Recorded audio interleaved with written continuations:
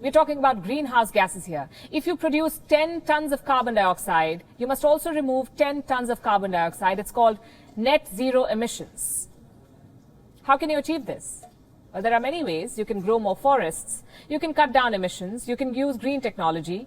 All of these strategies lead to net zero. The Western world loves it. It gives the impression that they're actually doing something about it. The US, Britain, Australia, the European Union, they've all set the same deadline, net zero by 2050. That's what they say.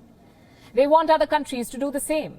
Reach net zero by around 2050 or 2060. But India is not playing ball. Here's what the Environment Secretary had to say. And I'm quoting this. It is how much carbon you're going to put in the atmosphere before reaching net zero that is more important.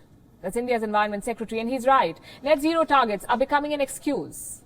As one scientist put it, burn now, pay later. This is what the West is doing. They're still emitting greenhouse gases. They're still cutting down forests. And if you question them, they talk about their net zero targets. But the fact is, climate change is already here. It's not going to wait another 30 years. Plus, carbon removal does not happen in real time. Let me show you what the folks at Greenpeace say.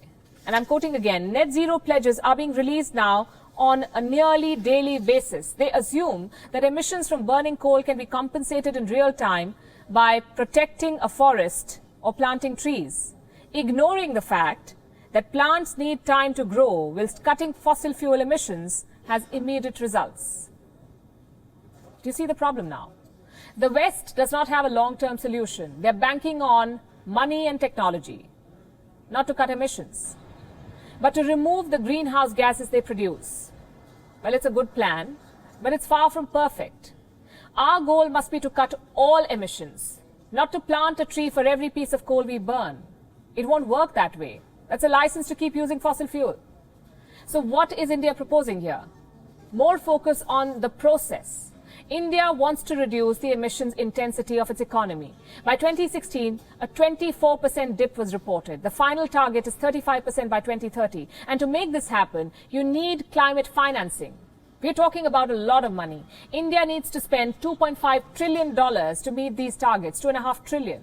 Where will all of this money come from?